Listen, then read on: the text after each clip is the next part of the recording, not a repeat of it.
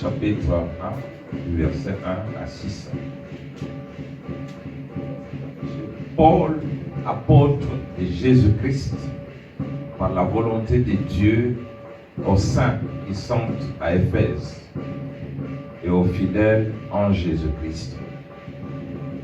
Que la grâce et la paix vous soient données de la part de notre Père et du Seigneur Jésus-Christ.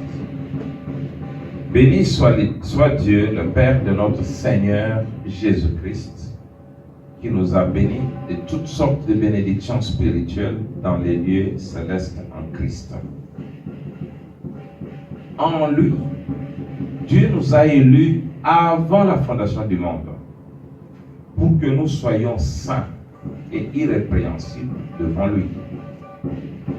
Nous ayons prédestinés dans son amour à être ses enfants d'adoption par Jésus-Christ, selon le bon plaisir de sa volonté, à la louange de la gloire de sa grâce qu'il nous a accordée en son bien-aimé.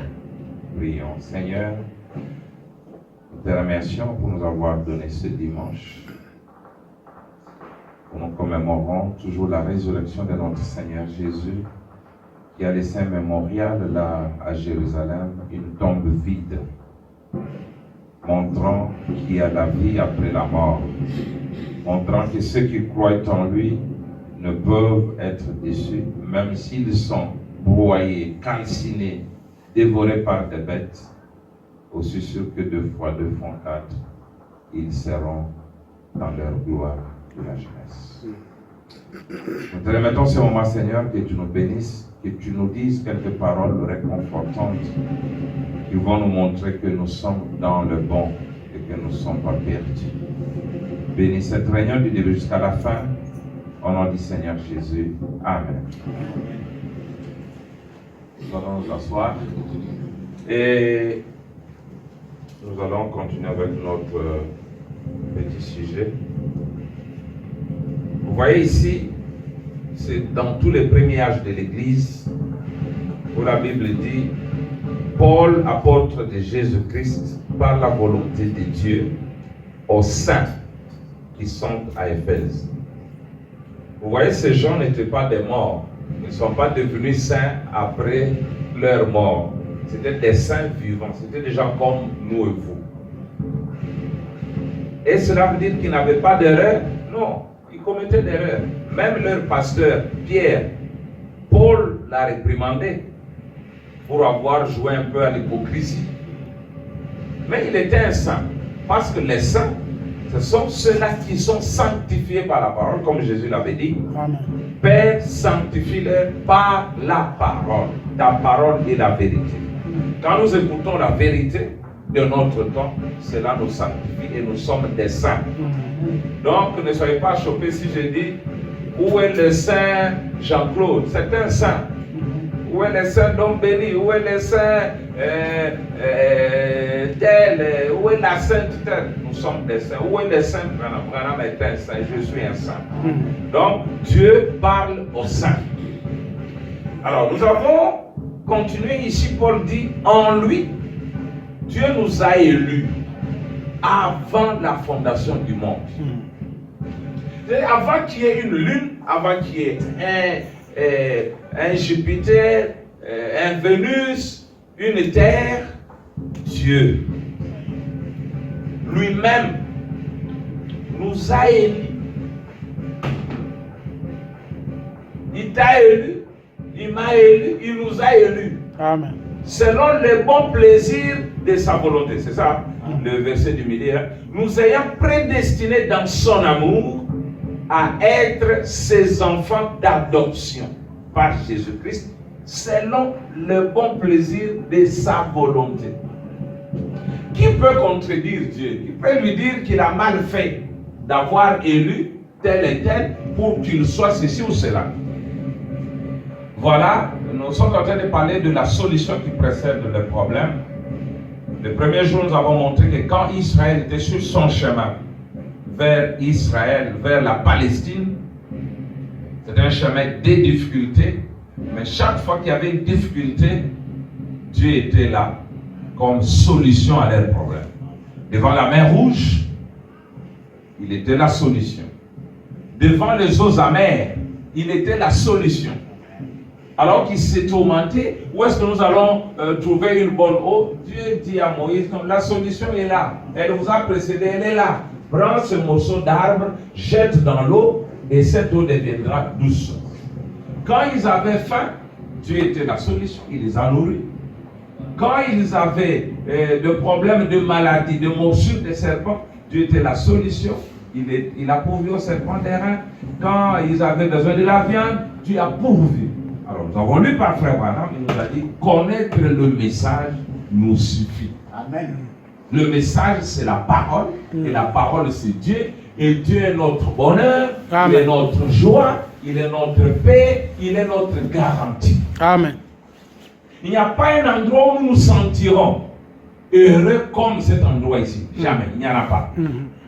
En dehors, ce sont des soucis, ce sont des problèmes, ce sont des tracasseries. Mais quand nous sommes dans la parole, c'est là où nous sommes bénis. Amen. Ce que nous avons vu, nous avons développé ces jours-là pour montrer que avant que le péché vienne, Dieu était déjà la solution. La solution, c'était quoi? Il était déjà sauveur.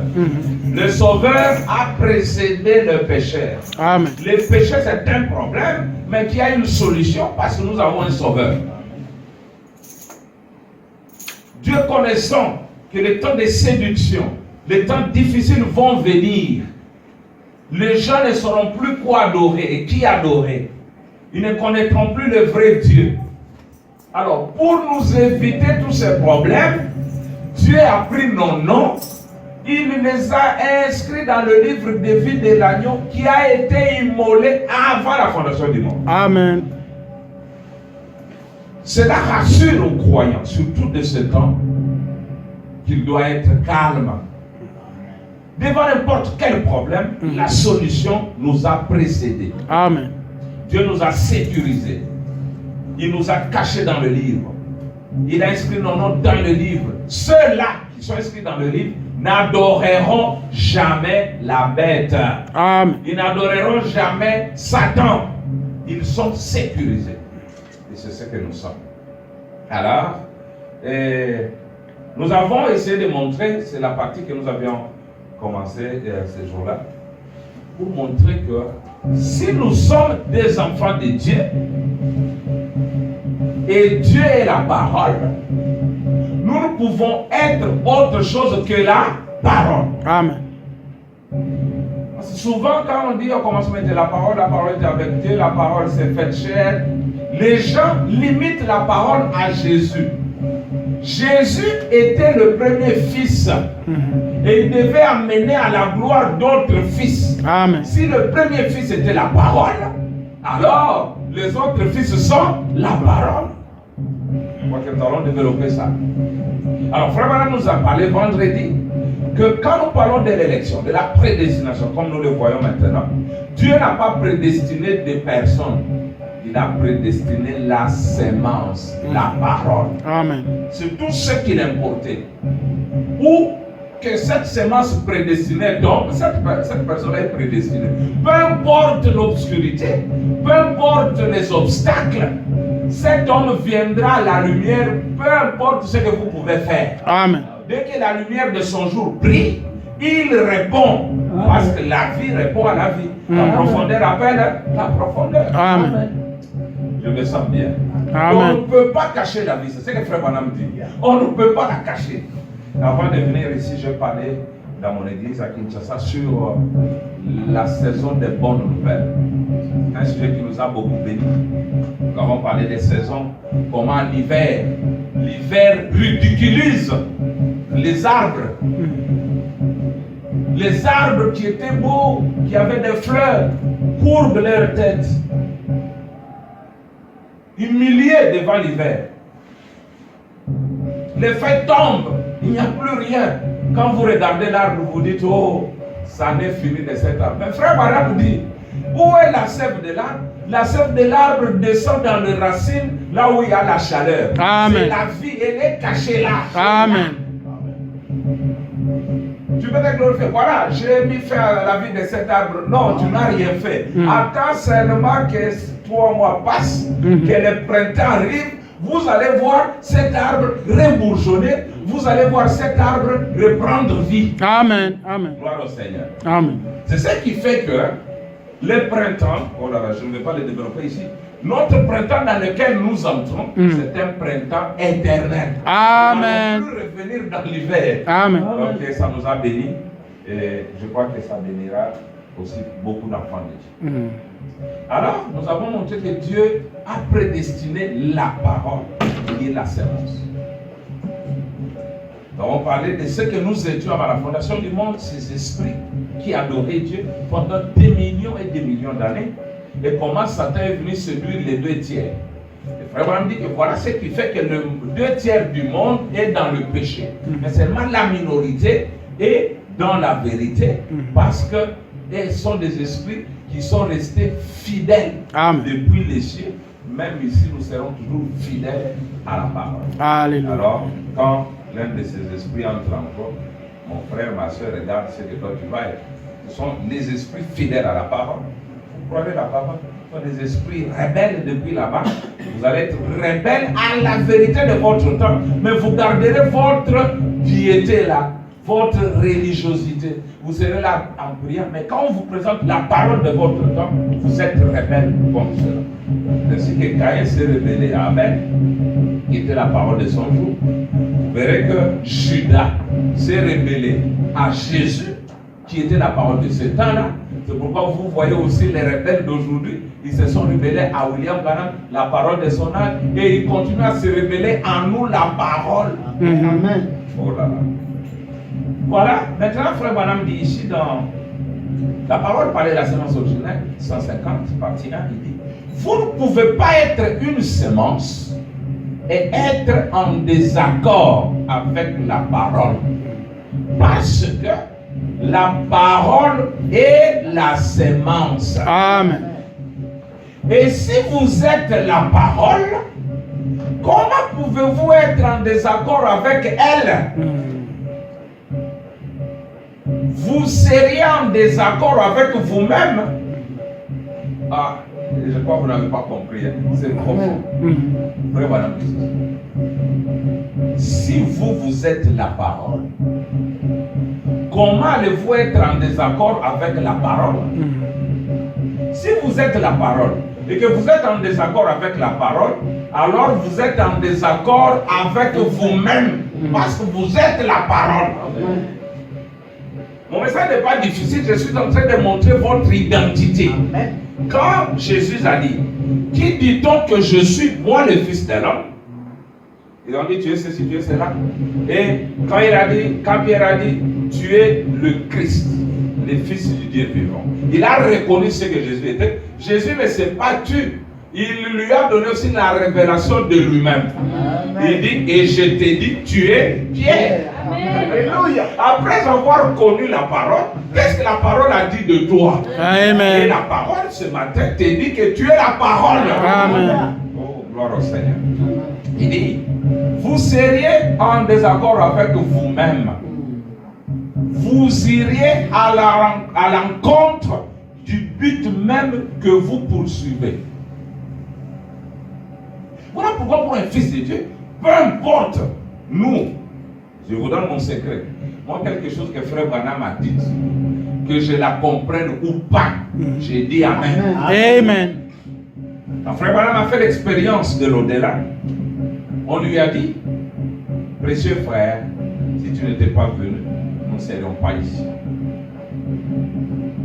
Il dit: où est Jésus? On a dit: non, il est plus haut. Plus haut là-bas, c'était pas le sont les dimensions. Je crois que le pasteur vous a parlé des dimensions. Parce que même les ciels où était Frère Branham, c'était à 6 mètres de son corps, c'était pas loin. Pourquoi quand on va au ciel, on ne fait pas des millions de kilomètres. Nous sommes toujours là, mais dans une autre dimension. C'est comme là, nous vivons dans le temps, la lumière et la matière. C'est seulement ici. Et les ondes téléphoniques, 4e dimension, c'est seulement ici. Les ondes sont ici. Les images sont ici. Et après, la région de Perdi, c'est toujours une dimension un peu élevée qui est là, la région de... Et Jésus était dans la 7e dimension. Et maintenant, on lui a dit ceci: tu ne peux pas le voir maintenant. Mais un jour, il viendra à toi premièrement. Et tu seras jugé. Et nous entrerons sur base du jugement que toi là, tu vas subir. Vous ne verrez pas où on a dit nous serons jugés. D'abord, nous ne serons jamais jugés. L'épouse n'est jamais jugée. Amen. C'est pourquoi l'épouse est enlevée au chapitre 4 pour revenir au chapitre 19 de l'Apocalypse. Il sort de la tribulation. L'épouse sort de la période de la tribulation. Frère Branham dit que je ne peux pas comprendre comment un docteur, un enseignant de la parole peut prendre l'église et la mettre dans la tribulation. C'est impossible. Tu ne peux pas faire subir du châtiment à ta femme. Et une femme qui connaît sa position, je prends l'exemple de nous en Afrique, peut-être vous aussi c'est différent. Une femme ne peut pas se mettre à ramper. Quand l'homme sort, elle commence à ramper. Oh, mon chéri, mais tu pars. Comment allons-nous manger? Et ça, c'est une femme. Non. La vraie femme, c'est une femme. Hé, Jean-Claude, mais tu t'en vas. Nous n'allons pas manger. Ce sont ses droits. Amen. Elle ne doit pas souffrir pour ça. Et un vrai homme ne peut pas faire souffrir sa femme. Amen. Et Jésus ne peut pas souffrir sa femme. C'est pourquoi il enlève son église avant la tribulation. Il nous fait passer de la mort à la vie. Et vous verrez, là, nous avons le 4e sceau, qui est le sceau de la mort. L'Antéchrist est monté sur un cheval pâle appelé la mort. Et il revient sur un cheval pâle, un cheval blanc appelé la vie. Donc, il fait passer l'épouse de la mort à la vie. Il dit, il ne viendra pas en jugement. Jean 5, 24. Celui qui croit en moi ne viendra pas en jugement. Il est passé de la mort à la vie. Amen. Il va nous juger comment? Alors, regardez quand la nuée vient. La nuée, là, les gens sont en train d'aller quelque part. C'est là. Frère Branham dit, regardez la perruque. C'est les juges. Mais votre frère, William Branham, était là en dessous pour être accepté dans cette constellation. Il fallait que son message soit trouvé juste, pur, saint. Il fallait que cela l'accepte. C'est un message pur, sans mélange. Il n'y a personne qui peut trouver d'erreur dans le message. Comme Frère Branham dit, il n'y a pas d'erreur dans la Bible. Si vous trouvez qu'il y a d'erreur, c'est vous qui vous contredisez. Amen. Or, dans la Bible, vous pouvez la lire comme ça et penser qu'il y a une contradiction. Mais avec les lunettes prophétiques, vous comprenez que c'est une complémentarité et non une contradiction. Et ça, c'est la même chose. Or, cette Bible est écrite de manière que même ce qui paraît être des erreurs sont la parole. Amen. Oui. Quand Paul parle du testament d'Abraham, il dit Abraham ne douta point par incrédulité. Or, quand vous rentrez dans Genèse, je crois 15 ou 16, quelque part, Dieu dit à Abraham qu'il aura un fils. Abraham douta. Abraham avait ri. Il n'y a pas que Sarah. Et Frère Branham dit que vous voyez, quand on écrit le testament d'Abraham, on ne mentionnera pas ses erreurs. Parce que ces erreurs-là étaient la parole. Il dit quand on écrira aussi le mien, moi Branham, on ne mentionnera pas mes erreurs. Quand vous voyez quelqu'un qui se dit du message, qui dit que Branham a commis des erreurs, il n'est pas de nôtre.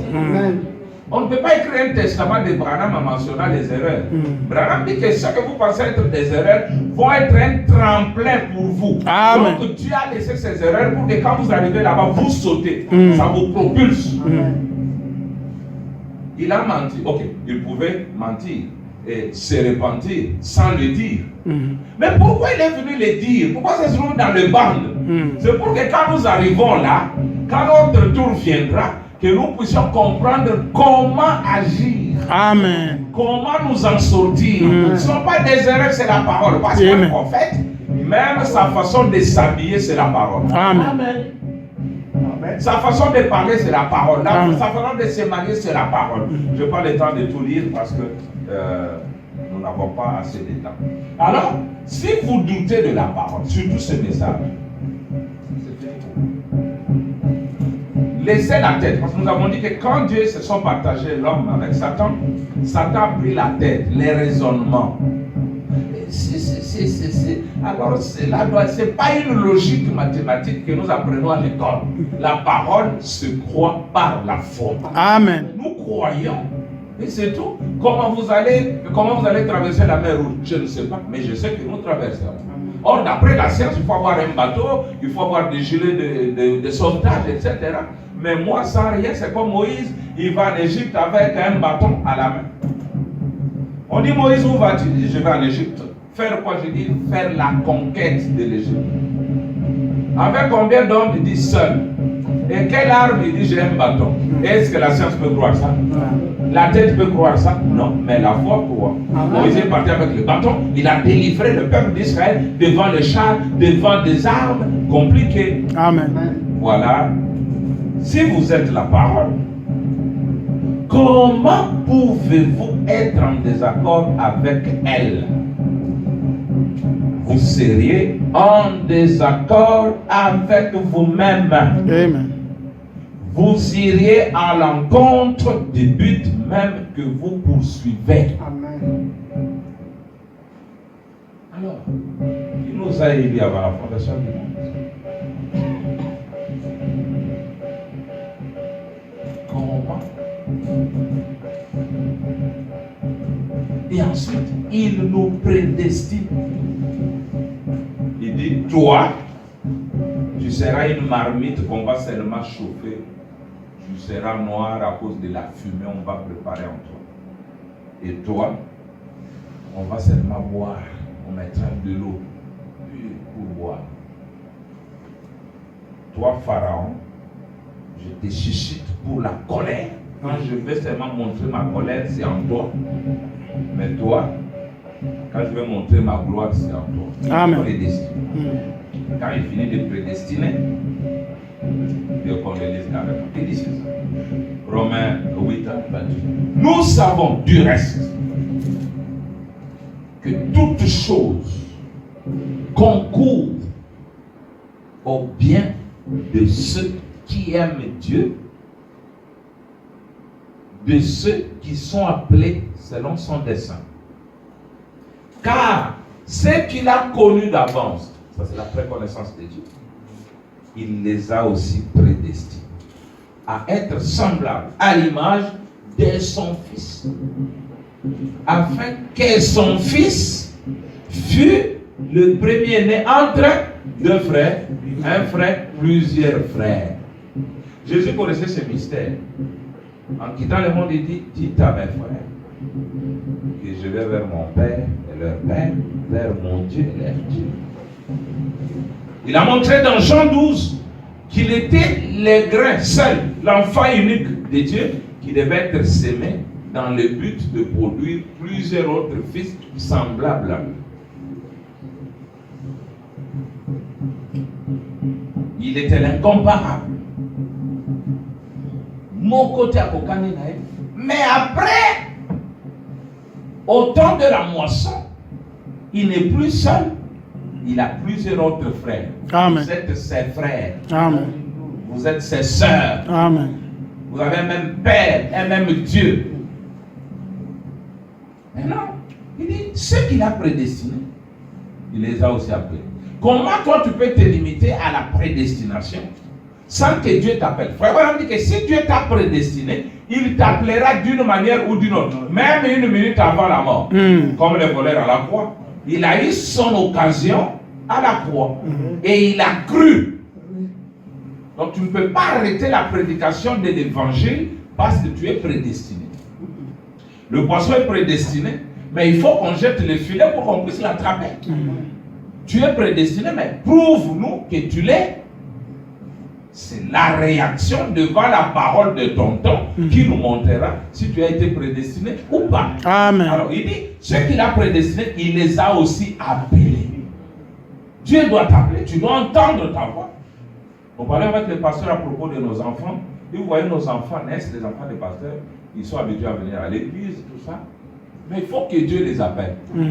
Parce que venir à l'église, là, c'est pas la peine. Il faut que nos enfants entendent la voix de Dieu qui les appelle. Amen. Il faut qu'ils arrivent à prendre leurs décisions personnelles. Que ce ne soit pas une église de papa ou de maman. Que ce ne soit pas la religion de papa ou de maman. Parce que là, ça va être la religion de seconde main. N'est-ce pas, frère? Réveille-toi, suis. C'est beau. Ça te ramène au commencement. Amen. Comme la goutte de rosée. Amen. Elle est frissonnante. Elle est là, triste. Mais quand le soleil, la parole commence à luire sur elle, elle scintille, elle est joyeuse. Elle est en train de dire, oh, maintenant le soleil va me retourner à ma position originelle. Amen. Vous voyez? Il dit maintenant, quand il vous appelle, il doit vous justifier. Le mot justifier n'a jamais été compris par beaucoup de gens. Justifier, vraiment, c'est quand Dieu te regarde, c'est comme si tu n'as jamais rien fait. C'est la position de l'épouse. Et quand il te justifie, à la fin, il te glorifie. Et à ce moment-là, personne ne peut être contre toi parce que Dieu est pour toi. C'est ça. Amen. Et dirons-nous donc à l'égard de ces choses, si Dieu est pour nous, qui sera contre nous? None. À combien de cas? Personne. Dieu est pour moi, c'est tout. Sois contre, c'est ton affaire. Il prend ma position, il me défend, il combat pour moi, il fait tout pour moi. Je suis à l'aise. Comme un bébé, je n'ai pas de soucis. Un enfant de Dieu ne peut pas avoir de soucis. Parce que la solution est là. Amen. Dieu est la solution. Amen. La solution a précédé tout le monde. Maintenant, écoutez ce qu'il dit encore ici. On va parler de la séance originale. Il dit alors, les croyants de la parole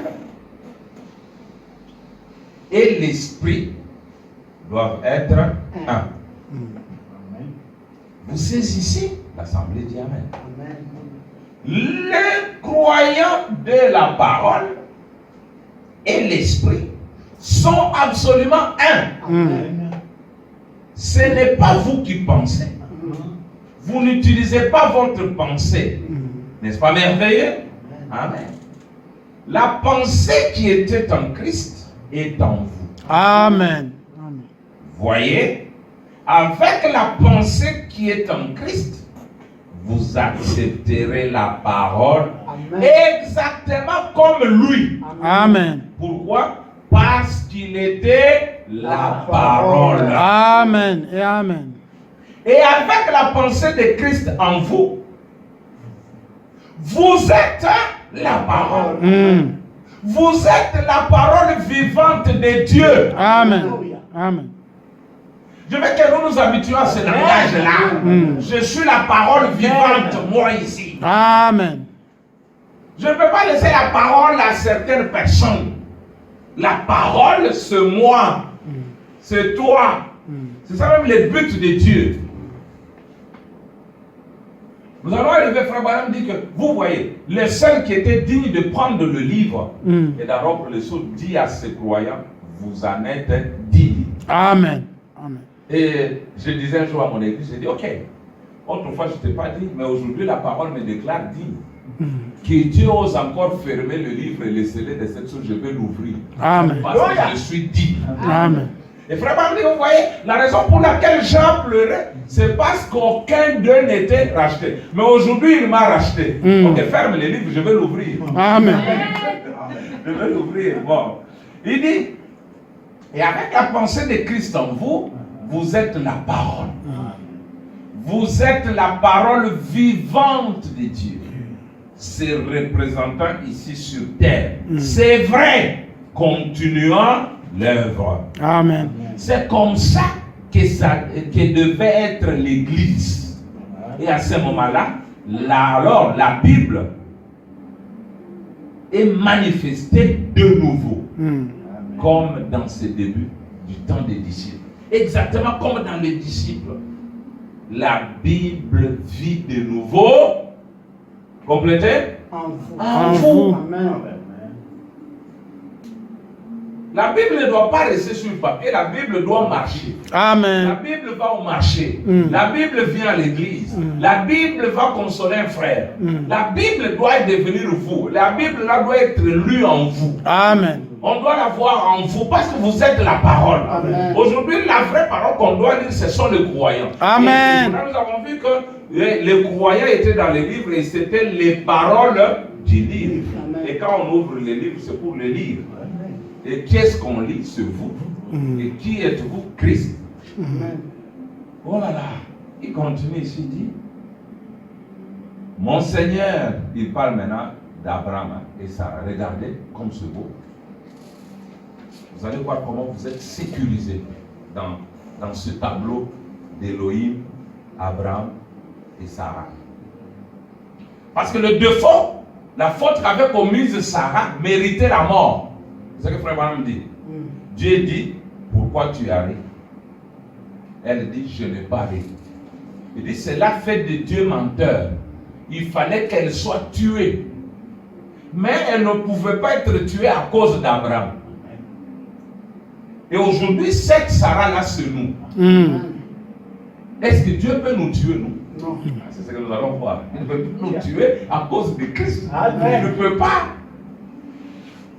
Donc, mes frères, s'il y a des gens qui sont réellement en sécurité, c'est nous ici. Amen. Gloire à alors Jésus. Il dit, mon Seigneur qui est vieux aussi, et moi, je suis vieille. Et j'aurai à nouveau du plaisir avec lui. Et elle, Frère Branham, imite le rire silencieux de Sarah.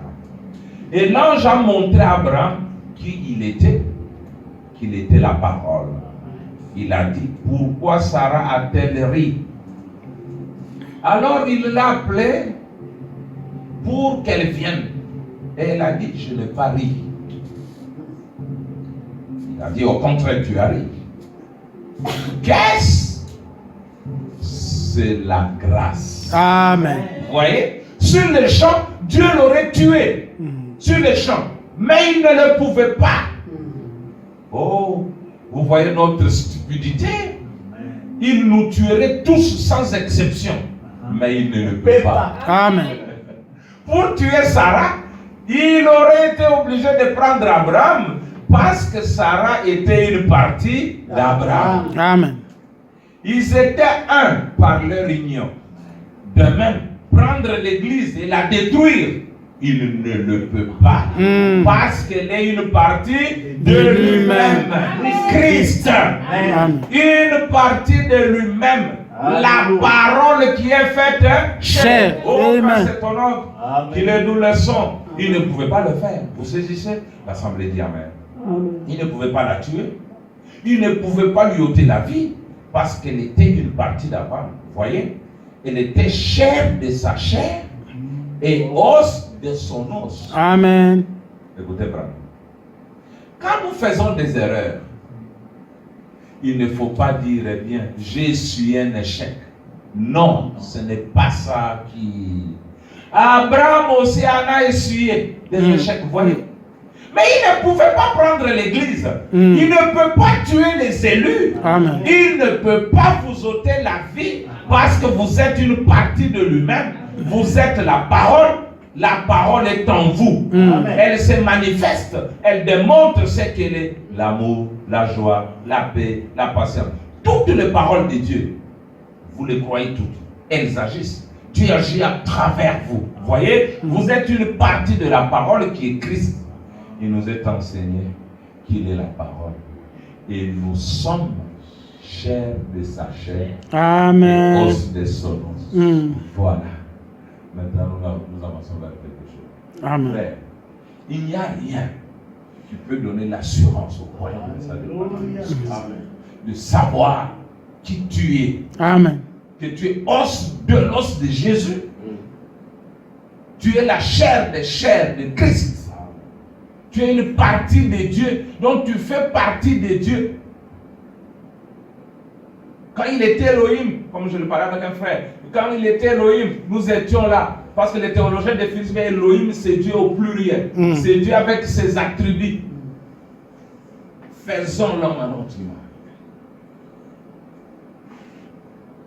Créons. Et quand il commence à créer, nous sommes là. Nous applaudissons comme nous avons vu. Je crois que Frère Branham va y arriver. Nous applaudissions. Mais sous quelle forme? Pas sous cette forme ici. Sous la forme de la sémence. La parole. C'est que nous avons toujours été. Vous êtes la parole, ça vous croyez? Amen. Vous êtes la parole? Amen. La plénitude ou la portion? Ça dépend. Moi, je suis la plénitude. Les églises se sont battues là, vous vous rappelez? C'est la plénitude, c'est la portion. Une fois, j'avais fait un petit dessin. Regardez, on sème un grain de maïs ici. Le grain germe, il produit d'autres grains, plusieurs. Mais quand vous prenez la graine qui était semée et celle qu'on a récoltée, n'est-ce pas? Quand vous prenez cette graine, vous la comparez à l'autre qui est dans les pignes, c'est les grands mystères. Maintenant, écoutez votre prophète. Vous l'aimez, n'est-ce pas? Parce que ceux qui l'ont aimé, ceux qui l'ont aimé, il faut l'aimer. Écoutez maintenant. C'est très beau ça. Je vois que ça vous fera du bien. Ça fera du bien à tout vrai croyant. L'amnésie spirituelle, 53. Alors, laissez-le descendre et opérer le miracle et le prodige qu'il a dit qu'il ferait. Ils ne veulent pas croire cela. C'est l'amnésie spirituelle. Les églises qui ne prient pas pour les malades, que les malades soient guéris, ou qui n'obtiennent rien quand ils prient, sont toujours jaloux de ceux-là qui opèrent des miracles. Dans le temps des miracles est passé. Comment le temps des miracles peut passer? Parce que Dieu lui-même est miraculé. Partout où Dieu est, il y a le miracle. Les miracles ont commencé avant que Jésus vienne. Avec Élie, avec Élisée, avec Moïse, ce n'est que des miracles. Dieu lui-même est miracle. S'il est avec nous, nous devons voir des miracles. Amen. Peut-être pas faire du tape à l'œil, mais Dieu fera toujours quelque chose de miraculeux qui vous fera comprendre qu'il est avec vous. Amen. Il dit, c'est l'amnésie. Mais ils ne veulent pas croire ça, c'est l'amnésie spirituelle. Voyez-vous, ils ont oublié et ils sont nus et ils ne le savent pas. Ils ne s'en rendent pas compte. Ils se disent, comme je suis membre d'église, c'est tout ce qu'il faut. Oh frère, cela ne veut rien dire de plus pour Dieu que d'être un franc-maçon ou quelqu'un d'autre ou appartenir à n'importe quelle autre loge. D'appartenir à une église, ça ne veut rien dire pour Dieu. Vous devez être des fils et des filles de Dieu. Vous devez naître de Dieu. Et Dieu est la parole. Écoutez, lorsque je suis devenu une partie de mon Père, je suis devenu tout mon Père. Amen. Lorsque vous devenez une partie de Dieu, vous devenez Dieu dans la plénitude, Amen. dans la totalité de sa parole. Amen. Alors vous la croyez toute dans son entièreté. Gloire au Seigneur. J'ai un petit Dieu, oui, j'ai tout Dieu. Je suis Dieu dans la plénitude. Le verbe être Dieu au temps présent. Je suis Dieu. Tu es Dieu. Il est Dieu. Il est Dieu. Nous sommes Dieu. Vous êtes Dieu. Ils sont Dieu. C'est la famille de Dieu. Amen. Dieu parle au Dieu. Amen. Et frère Madame ajoute, il dit, vous ne pouvez pas voir Dieu à l'extérieur si vous ne l'avez pas à l'intérieur. C'est Dieu partout. Frère Madame ajoute, il dit, c'est Dieu conduisant la voiture. C'est Dieu à la cuisine. C'est Dieu sur le toit. C'est Dieu à la chair. C'est Dieu qui écoute. Amen. C'est Dieu. Dieu dans l'assemblée de Dieu. Je crois que vous pouvez lire ça dans le psaume. Merci Seigneur. Alors, la parole, c'est tout pour nous. La parole, c'est notre vie. La parole, c'est notre héritage. On ne peut pas permettre, c'est comme Naboth. Naboth avait son héritage tout près du palais royal. Peu importe la personne qui s'est présentée devant Naboth, c'était Akab, le roi d'Israël. Donne-moi ta vigne, hein? Je ne la prends pas gratuitement, je vais te payer. Si tu n'as pas besoin de l'argent, je vais te donner une vigne meilleure que ça.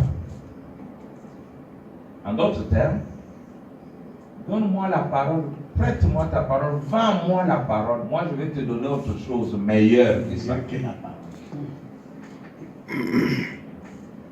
Prends le message de Branham. Tu vois, tout ça, ces dénominations, c'est la même chose, non? Vous savez, je vais t'engager, ou je vais t'épouser. Oh, le mariage devant la parole, que ton mariage tombe, mais que la parole reste. N'importe dit que Dieu me traite dans sa rigueur. Si moi je peux prendre ma vigne et te la donner, ça lui a coûté la mort, mais Dieu l'a vengé. Amen. Meurs à cause de la parole. Tu sais que Frère Branham dit dans quelle attraction sur la montagne? Il dit ôtez-nous la vie, mais laissez-nous ça. Amen. Il dit c'est ça l'attraction pour le croyant. Ne vendons pas le message pour quoi que ce soit. Les gens au cours des âges ont été sciés, brûlés, décapités à cause de la parole. Et ils mouraient joyeux. C'est vrai, c'était Dieu qui les aidait. Dieu leur a donné l'onction du veau pour résister. Mais nous, il nous a donné l'onction de l'aigle. Amen. L'aigle, c'est le plus puissant de tous les animaux. C'est le plus puissant de tous les animaux. De tous les oiseaux, de tout. L'aigle peut venir prendre un veau, voler avec, il s'en va. Tout de ses ailes. Il est puissant, il est voyant. Plus il monte, plus il voit la parole. Il voit tous les détails. Il ne peut pas tromper l'aigle. Alors, Frère Branham parle dans l'exposé de cet âge 162. Il dit, or Jésus savait qu'il allait y avoir un terrible abandon de la parole dans l'âge de Pergame, qui n'allait venir que 200 ans après la vision de Patmos. Il savait que cet abandon les conduirait dans l'âge des ténèbres. Donc il abandonne la parole, qu'est-ce qui arrive? Les ténèbres. Parce que la parole, c'est la lumière. Et les ténèbres, c'est l'absence de la lumière. Quand tu enlèves la parole de l'église, cette église devient ténébreuse. Si tu enlèves la parole dans ta maison devient ténébreuse. Quand nous éteignons toutes ces lumières ici, l'obscurité s'installe. Quand nous enlevons la parole, les ténèbres s'installent. Il savait que cet âge, que cet abandon les conduirait dans l'âge des ténèbres. Il savait qu'à l'origine, l'homme s'est éloigné de Dieu en commençant par abandonner la parole. Bien, Branham dit, si vous abandonnez la parole, vous avez abandonné Dieu. Amen. Il se présente donc à l'église de Pergame et en fait à toutes les églises de tous les âges. Je suis la parole. À l'âge d'Éphèse, il se présente, je suis la parole. À l'âge de Pergame, je suis la parole. À l'âge de Laodicée, je suis la parole. Maintenant, Branham dit, si vous voulez avoir la divinité parmi vous, alors accueillez et recevez la parole. Ne permettez jamais à qui que ce soit, ni à quoi que ce soit, de s'interposer entre vous et cette parole. C'est que je vous donne ici. La parole est une révélation de moi-même. Je suis la parole, souvenez-vous-en. C'est présent, je suis la parole. Accueillez la parole.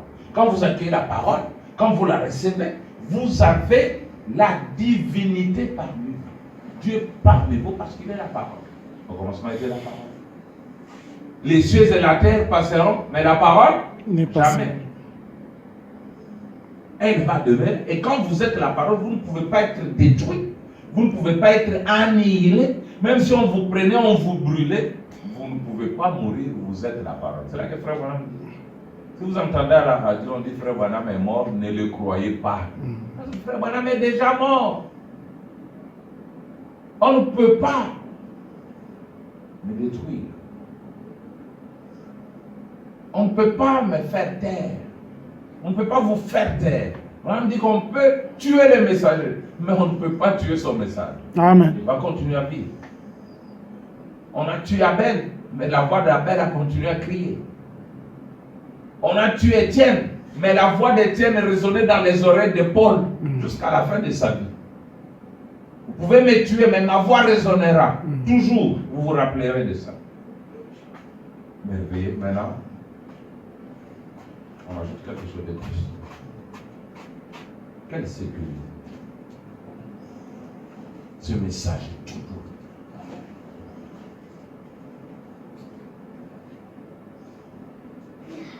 Ne devenez pas ce que le monde vous présente. Ce que le monde présente, c'est un mensonge. C'est un mirage. Frère Branham dit qu'en suivant les mirages, vous allez prendre bain dans le désert. Il y avait une troupe de canards qui cherchait l'eau et qui a vu le mirage dans le désert. Le mirage est un mensonge. C'est un reflet de chaleur qui montre comme s'il y avait un lac d'eau. Alors les canards sont venus à grande vitesse, se sont jetés dans l'eau. Ils sont morts. Parce que ce n'était pas l'eau, c'était un mirage. Tout ce qui n'est pas authentique va vous tuer. Tout ce qui semble être la parole, mais qui n'est pas la parole, va vous tuer. C'est un mirage. On dit qu'en Angleterre, le plus grand vol qui avait été opéré a été opéré à cause d'une fausse lumière.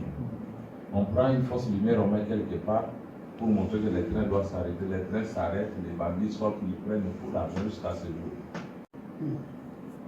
Il y a beaucoup de fausses lumières, surtout à notre temps ici. Ne vous arrêtez pas, une fausse lumière, elle va vous tuer. Ne prêtez pas attention au mirage. Gardez l'œil, on dit gardez l'œil ouvert sur la parole, pas sur rien d'autre. Voilà avec le pasteur Jean-Claude. Aujourd'hui, le slogan, c'est comme le mercantilisme. C'est toujours l'argent. L'argent, prospérité, frère. Vous devez prospérer, avoir l'argent. Frère Madame dit l'argent peut être un piège pour ceux qui en ont et pour ceux qui n'en ont pas. Ceux qui n'en ont pas voudront l'avoir. Ils abandonnent la parole. Ils utilisent tous les moyens malhonnêtes. Et ceux qui en ont pensent que l'argent c'est leur Dieu. Tous les enfants de Dieu ne valent rien. Il a beaucoup d'argent. Il amène 10 quoi? C'est comme ça que vous appelez. Il met dans l'offrande. Dans le panier d'offrande. C'est aussi un piège pour vous. Commence à adorer l'argent. Ceux qui copent les allées ces jours-là pour aller à l'église, c'est parce qu'il faut à tout prix avoir l'argent. Vous voyez, c'est un piège de tous côtés. Mais quand Dieu vous aime, il peut vous empêcher d'avoir tout cet argent pour que vous restiez toujours dans la parole. Amen. Mais il y a aussi des gens, même s'il a l'argent, il est toujours humble. À celui-là, Dieu lui donne. Parce qu'on a dit à ceux qui en ont, on va ajouter. À ceux qui n'en ont pas, on va même ôter le peu qu'ils ont. Alors, dans la semaine du serpent, paragraphe 78, nous recommençons. William Branham dit. Regardez ce que vous êtes. Il vous révèle ça. Si vous êtes une créature éternelle,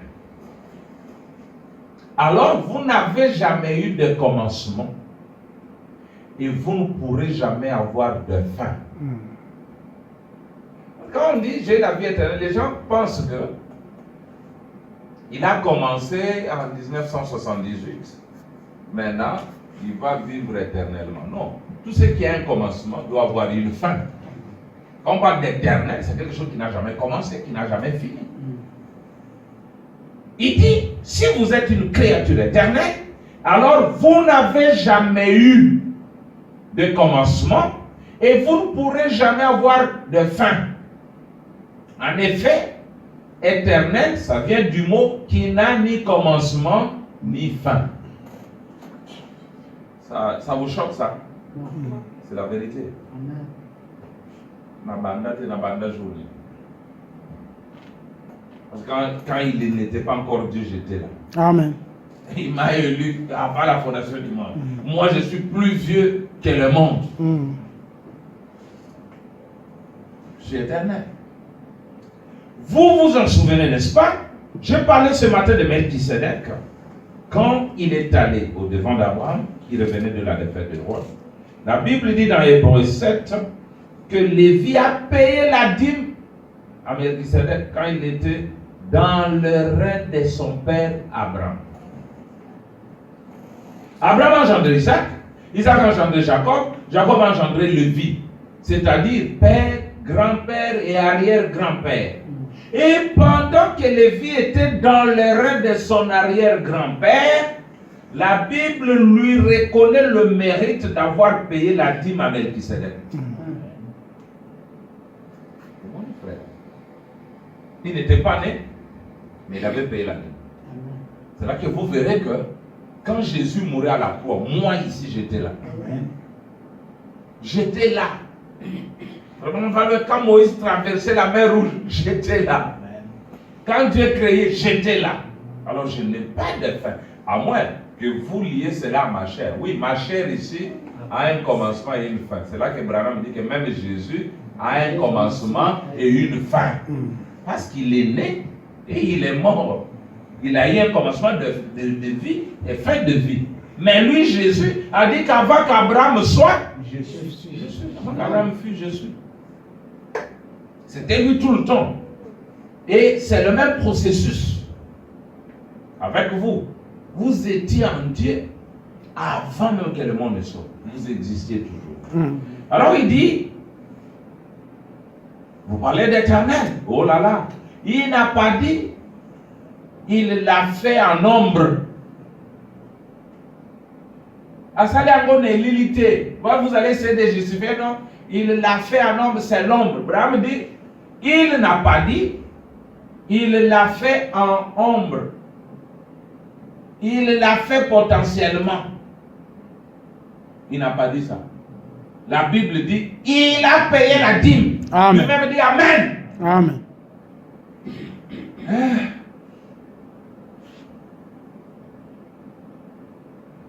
Bundan Abraham. Ce n'était pas une préfiguration, ce n'était pas une ombre, ce n'était pas un type, mais il l'a payé. Amen.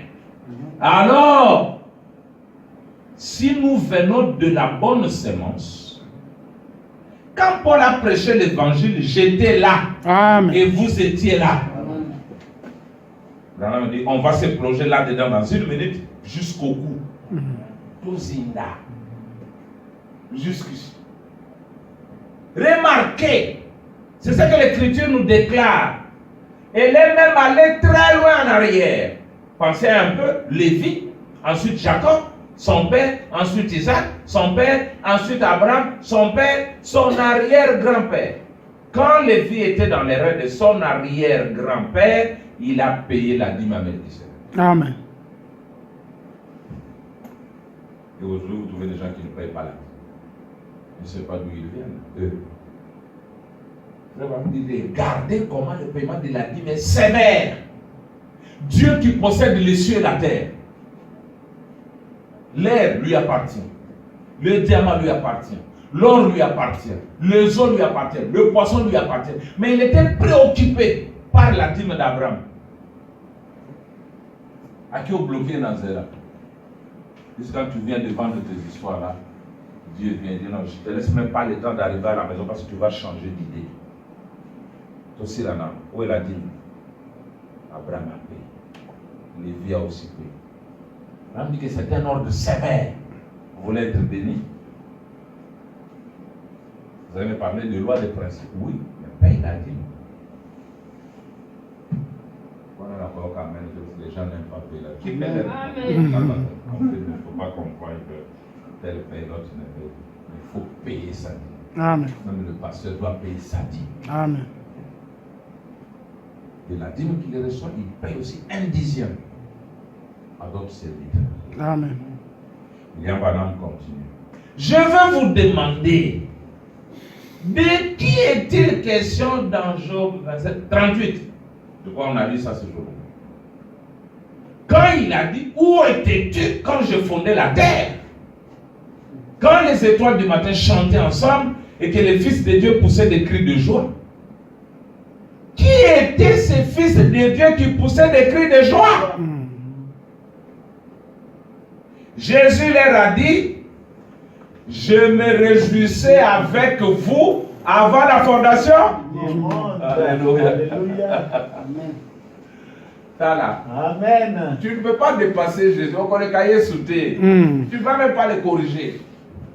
Peut-être tu aurais vu ma cambote, mais je t'ai dit, Jésus ton Seigneur a dit à ses disciples, ne vous en faites pas. Quand je me réjouissais là-bas, je me réjouissais avec vous. Amen. Ça, il n'était pas encore né. Amen. Frère, on dit que Melchisedec n'était pas Jésus, mais Melchisedec c'était Jésus. Amen. C'était pas Jésus parce que Jésus n'était pas encore né, mais c'était Jésus dans la théophanie. Amen. Maintenant, toi, tu vas limiter Jésus à l'an 0. L'an 0 pour dire là que 33 ans. Les Juifs ont dit ça. Toi, tu n'as même pas 50 ans. Comment tu dis que tu as vu Abraham? Les mêmes pensées sont dans le message aujourd'hui. Frère, vous dites que vous êtes éternel, vous êtes né ici. Oh, moi, ça c'est ma maison qui est née en 67. Mais moi, je ne suis jamais né. Amen. Je n'ai jamais un commencement et je n'ai jamais une fin. Amen. Je suis éternel. Amen. Peut-être quand on aura le temps, je vais même vous lire. Abraham dit que non seulement nous avons la vie éternelle, mais nous sommes la vie éternelle. Amen. C'est pourquoi Jésus pouvait dire, celui qui va manger mon corps, boire mon sang, aura la vie éternelle. Mais le corps de Jésus, c'est l'épouse. Et l'épouse, c'est qui se vous. Amen. Vous êtes aussi le pain qu'on peut manger. Amen. Donc vous pouvez donner la vie éternelle à d'autres. Amen. Donnez la nourriture à vos familles aussi. Vous croyez le message. Vous êtes la parole. Amen. La parole, c'est le pain. Bon, alors, il dit,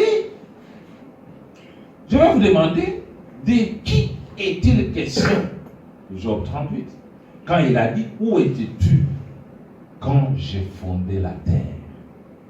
Quand les étoiles du matin chantaient ensemble et que les fils de Dieu poussaient des cris de joie. Qui étaient ces fils de Dieu qui poussaient des cris de joie? Jésus leur a dit, je me réjouissais avec vous avant la fondation du monde. Écoutez maintenant, Branham. Nous ne sommes pas des créatures du temps. Amen. Nous sommes des créatures de l'éternité. Nul ne peut venir à moi si mon Père ne l'attire. Et tous ceux qui viendront à moi, je leur donnerai la vie éternelle. Et je les ressusciterai au dernier jour. Personne ne peut les rendre de ma main, de la main de mon Père, qui me les a donnés. Comment pouvez-vous perdre? Vous voyez, vous avez peur. Donc Branham a vu qu'ils avaient peur. Peut-être comme vous avez peur. Branham dit, vous courez d'un côté et de l'autre. Et ça, c'est une des meilleures preuves au monde que vous n'êtes encore allé nulle part. C'est vrai. Pourquoi est-ce que Dieu vous sauverait un jour s'il...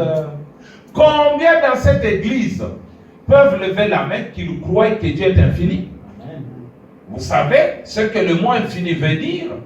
C'est simplement parfait. Amen. Infini. Vous ne pouvez pas expliquer le mot infini. Est-ce que vous avez déjà réglé votre appareil photo sur l'infini? Eh bien, ça veut dire tout ce qui s'ensuit à partir de là. Bon. Il n'y a pas moyen de faire une mise au point plus loin que ça. Eh bien, c'est ce que Dieu est. Il est infini. Et s'il est infini, il n'y a pas une coccinelle, pas une mouche, pas une pisse, pas un pou, pas une chic, ni rien qui ait jamais existé sur la terre ou qui existera jamais sans que Dieu l'ait su avant même que le monde ait été formé. Amen.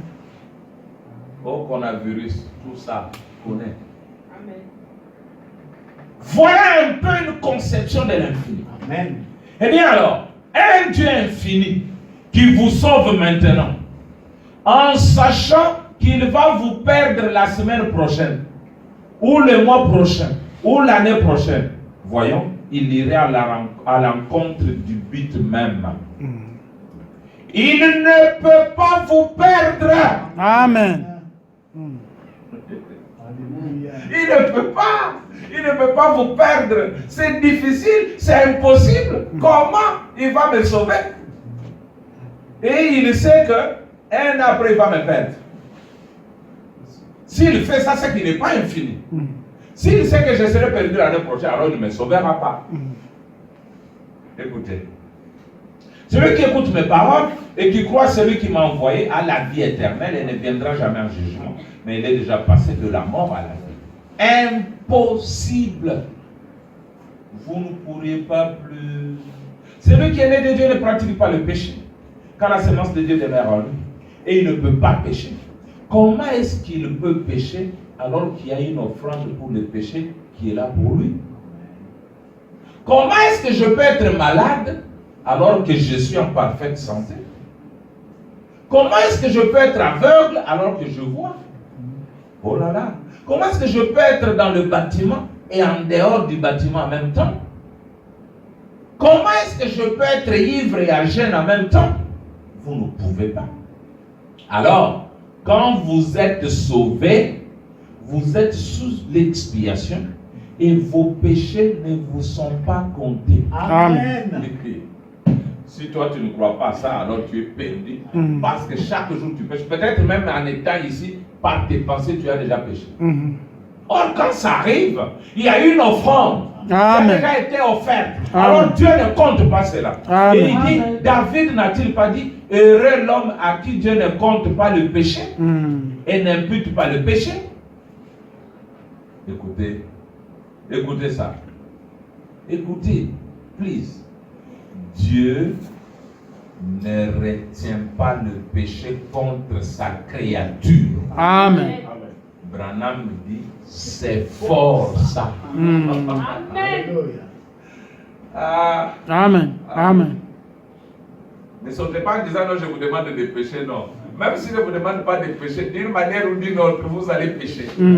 Parce que même si vous êtes, dès que vous êtes né d'une femme, même si on vous enfermait dans une maison seule, vous allez pécher. Vraiment, on me dit comment, qui dit à un bébé, quand on lui refuse de téter, il rougit, il crie, c'est la nature même qui a. Il vient avec. Et nous sommes comme ça. Vous voyez quelqu'un là, l'humeur change. Il commence à tonner. Quand la femme parle, les enfants passent, il devient quoi? Qu'est-ce qui se passe? C'est la nature. Maintenant, Branham dit, David n'a-t-il pas dit, heureux l'homme à qui Dieu ne compte pas le péché et n'impute pas le péché? Dieu ne retient pas le péché contre sa créature. Branham dit, c'est fort ça. Ce n'est pas du lait crémé, mais c'est la Bible. Amen. Dieu ne comptera pas les péchés aux justes. Amen. Dieu, dans sa grâce, par la prédestination, ne voulant pas qu'aucun périsse, mais que tous arrivent à la repentance. Seulement comme il est infini et qu'il savait qui viendrait, qui ne viendrait pas, il a pu prédestiner toutes choses pour les faire concourir à sa volonté. Sinon, pourquoi est-ce qu'il a permis le péché? Pourquoi? Pour commencer, alors qu'il était sauveur. S'il n'y avait jamais eu de péché, il n'aurait jamais été un sauveur. L'attribut, ce qui était en lui, n'aurait pas pu être manifesté. Avant que je continue, regardez. Je crois que vous êtes... qui ont déjà suivi le documentaire Comment on sauve les animaux ici? Comment on sauve les animaux maintenant en brousse, on les protège ou dans la mer? On prend, j'aime beaucoup prendre l'exemple du rhinocéros parce que j'aime la manière dont on les protège. On prend le rhinocéros parce que c'est l'animal qui est plus convoité à cause de la corne. Sa corne, on dit qu'elle est beaucoup vendue en Chine. Elle a des propriétés aphrodisiaques, etc. Et cela fait qu'on tue des rhinocéros juste pour prendre la corne et aller vendre par des braconniers. Alors j'ai vu, on tire une flèche de quoi? D'anesthésie sur l'animal. Il s'endort, on vient, on coupe la corne ici. On prend un émetteur, on introduit là-dedans, on ferme bien, on laisse l'animal. Suivez, c'est pourquoi nous allons arriver à nous. On libère l'animal. Maintenant, eux restent avec les récepteurs. Partout où va cet animal-là, ils les contrôlent. Pour qu'il n'aille pas du mauvais côté où il sera abattu. J'ai vu ça avec des requins, etc. Peut-être on veut calculer la vitesse de ceux-ci, où ils vont, comment ils parcourent des distances. Parce qu'ils peuvent quitter ici, se retrouver quelque part et faire des ravages. On fait ça, la science le fait. Or, la Bible dit, il n'y a rien de nouveau sous les cieux. Tout ce qui arrive est déjà arrivé. Et tout ça n'est que la copie de ce que Dieu fait. En fait, quand nous étions dans l'éternité, peut-être que je me limiterai par cet exemple. Quand nous étions dans l'éternité, toi tu n'avais pas péché, moi non plus. Et bon. Maintenant Dieu dit, il convoque la première conférence au ciel. Frère, c'est vraiment. Alors, il dit, voilà, moi je suis sauveur, je suis guérisseur, je suis ceci, cela. Et nous devons tout faire pour que je manifeste mes attributs. Alors nous ferons ceci. Adam, Ève, vous partez en premier. Toi, Adam, tu feras ceci. Ève, toi, tu feras la prostituée. Frère, on me dit que Ève n'était pas prostituée. Elle avait fait la prostituée. C'est-à-dire qu'elle a joué le rôle d'une prostituée. Il dit, vous irez, vous serez des pécheurs. Et maintenant, moi, je descendrai pour vous sauver. Et je serai votre rédempteur, je serai votre sauveur. Adam et nous tous avons dit, non, Seigneur. Ça, c'est un jeu dangereux. Nous risquons d'être perdus pour toujours. Donne-nous une gage que nous ne serons jamais perdus. Oh là là, j'aime ça. Dieu dit d'accord. Alors je prends une partie de moi-même, je mets en vous. Amen. Quand nous venons au monde, oh là là, peut-être ça on va continuer le mercredi. Quand nous arrivons au monde, frère, il y a quelque chose là-bas, une représentation. Amen. Qui fait que même quand tu es dans le péché là, Dieu sait que c'est mon enfant. C'est-à-dire que quand Jésus arrive chez Zachée, il mange. Les gens sachant, Jésus dit, lui aussi est un fils d'Abraham. Amen. Les gens ne pouvaient pas voir. Amen. Dieu a mis un émetteur à nous. Amen. Et lui reste avec son récepteur. La femme au puits, qui pouvait croire qu'il était une fille de Dieu? Personne. C'est là que frère Branham dit, quand cette prostituée à qui vous ne voulez même pas adresser la parole, vous ne voulez même pas la saluer, lui serrer la main, qui vous dit qu'elle ne peut pas être une fille de Dieu dans la gloire? Elle était abandonnée de tous. Mais les pharisiens qui étaient pieux, on croyait que c'était le fils de Dieu. Quand ils ont vu les signes messianiques, ils ont dit Belzébul. Mais quand cette femme délaissée a dit, tu es le Christ, tu es prophète. Frère, madame dit, vous voyez la différence entre les pharisiens et la femme prostituée, c'était cette chose-là, la représentation. Amen. Donc cela vient, ça peut faire, frère, que peu importe que tout le monde dise que le message est faux, mais vous, à cause de la représentation qui est en vous, vous croirez. Amen. Que ça fasse chaud ou froid, que ça plaise ou pas, vous allez toujours venir au message. Alors je termine. Amen. Il dit ceci. Comment donc est-ce qu'il est devenu un guérisseur? Comment donc est-ce qu'il est devenu un guérisseur? C'est parce qu'il a permis à la maladie de venir pour pouvoir montrer qu'il est un guérisseur. Il est un guérisseur. Comment est-ce que vous auriez jamais pu, comment est-ce qu'il n'aurait jamais pu se faire connaître? Comment est-ce que son attribut aurait jamais pu entrer en fonction? Comment est-ce qu'il aurait jamais pu être un guérisseur s'il n'y avait jamais eu de maladie? Il fallait qu'il permette la maladie. Amen. Or, cette maladie ne viendra qu'à sa race. Quelle est sa race? Une partie de lui-même, mais il les a sécurisés. Il est la solution. Il dit, ne vous en faites pas, allez-y. Vous allez tomber malade, c'est vrai, mais je suis la solution. Je suis déjà guérisseur. Je précède le problème. Gloire au Seigneur. Amen. n'y a pas un problème que Dieu ne va pas résoudre. J'ai écrit sur mon compte WhatsApp, c'est hier que j'ai changé, hier ou avant-hier. Moi, je change souvent, j'écris, je ne me sens pas vaincu. C'est impossible. Amen. Comment tu peux être vaincu alors que tu es du côté du vainqueur? Alléluia. Celui qui a vaincu est la solution Amen. à tous les problèmes. Alors on ne peut pas se sentir vaincu. Alors la bonne nouvelle de ce matin, je vous dis que Dieu, dès avant la fondation du monde, a mis un émetteur en vous pour vous protéger contre les braconniers, Amen. vous protéger contre la perdition. Amen. Alors soyez heureux à jamais. Amen. Que Dieu vous bénisse. Amen. Merci, j'ai voulu être court, comme ça c'est bien. Venez pasteur, j'ai fini. Merci beaucoup.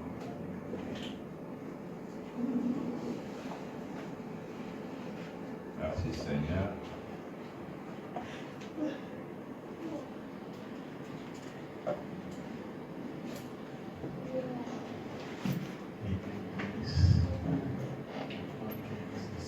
Donne l'assurance, n'est-ce pas?